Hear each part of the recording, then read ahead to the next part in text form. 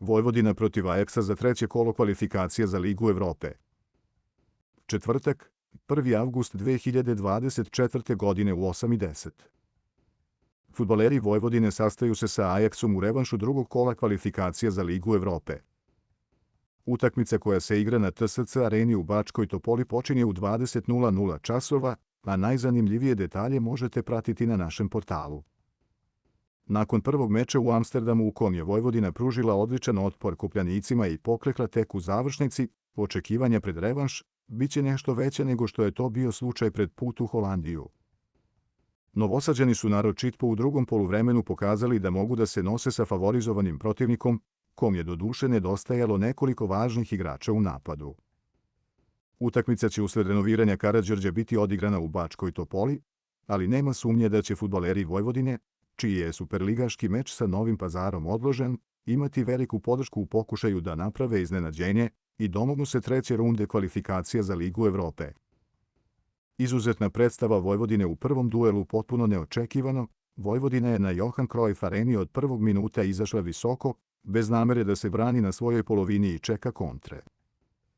Takvim pristupom, Božidar Bandović iznenadio je kolegu Fariolija, čiji tim čitavih 20 minuta nije uspevao da dođe do prilike i načina da se izbori sa presingom Vojvodine. Ipak, do kraja prvog poluvremena Ajax je preuzeo inicijativu i napravio nekoliko veoma izglednih prilika koje ipak nisu rezultovale golom, pre svega zahvaljujući raspoloženom Careviću. Delovalo je da će i drugi deo igre proteći na sličan način, ali je Vojvodina došla do daha tokom pauze i ponovo je bila bolji rival u nastavku. Pogodili su Novosađani i stativu, imali još nekoliko prilika, ali je Ajax ipak prvi došao do pogotka i kasnije pobede, nakon odlične akcije rezerviste Goca i Van den Bomena. Pristup i prikazana igra međutim daju Vojvodini nadu da bi mogla da nadoknadi gol nedostatka i napravi senzaciju.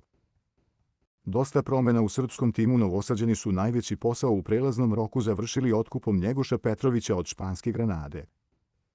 Nekadašnji igrač Crvene zvezde prethodnu polusezonu je proveo na pozajmici na Karađorđu, postigavši nekoliko veoma važnih golova u borbi za Evropu. Talentovani Marko Veličković, koji je došao iz mladosti, je na svom debiju protiv Tekstilca postigao pogodak, a klub je pojačao i levu stranu dovođenjem Delea iz Radničkog iz Niša, kao i Lukasa Barosa iz Gil Vicentea. Lazar Nikolić bi trebalo da pokrije desni bok, štoper Mihaj Butean je došao iz Rumunije, a Marko Poletanović bi trebalo da donese preko potrebno iskustvo na sredini terena.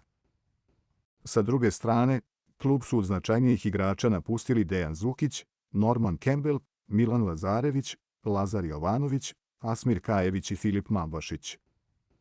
Uprkos velikom broju promena, Vojvodina deluje bolje nego što je to bio slučaj na početku prethodne sezone, ali je pitanje da li će i to biti dovoljno za pružanje dobrog otpora Ajaksu. Malo promena u Amsterdamu, klub nije mnogo toga menjao što se igračkog kadra tiče i imaće težak zadatak da se vrati na nivo od prethodnih nekoliko godina. Najveći posao svakako čeka novog trenera Francesca Fariolija, koji je u maju došao iz Nice i neće imati mnogo vremena da navikne tim na svoje ideje i način rada. Holandsku ekipu su tokom leta napustila samo 4 igrača. Georges Mikautadze, koji je blistao na nedavno završenom evropskom prvenstvu postigavši 3 gola, prešao je u Metz u kom je prethodno bio na pozajmici. Francisco Conceição, strelac pobedonosnog pogotka za Portugal protiv Češke na Evru, nastavit će karijeru u Portu, dok je Jorge Sanchez otišao u Cruz Azul. Samo 2 dana pre revanša, Ajax je otpustio hrvatskog reprezentativca Bornu Sosu, koji nije u planovima italijanskog stručnjaka.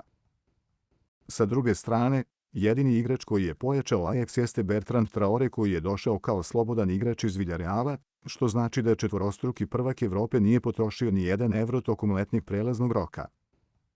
Neuspesi Vojvodine u kvalifikacijama. Vojvodina još uvek traži svoje prvo učešće u grupnoj fazi nekog evropskog takmičenja u 21. veku. Prethodne godine ih ekiparski Apoel zaustavio u drugoj rundi kvalifikacija za Ligu konferencija nakon 2 pobjede istovetnim rezultatom 2:1, na oba gola za Vojvodinu postigao je Zukić. Godinu pre toga, Stara dama je uspela da izbaci litvanski Panevežis u drugom kolu, ali ih je već na narednom koraku sapleo austrijski Lask. Od sezone 2007-2008. Vojvodina je čak 13 puta pokušavala da se domogne grupne faze, mahom Lige Evrope, ali još uvek nije igrala evropski fudbal tokom jeseni. 3 puta je Vojvodina igrala u poslednjoj rundi kvalifikacija za drugo po rangu evropsko klupsko takmičenje, ali su Šerif 2013. Viktorija Plzeň 2015. i AZ Alkmaar 2016. godine bili uspešniji.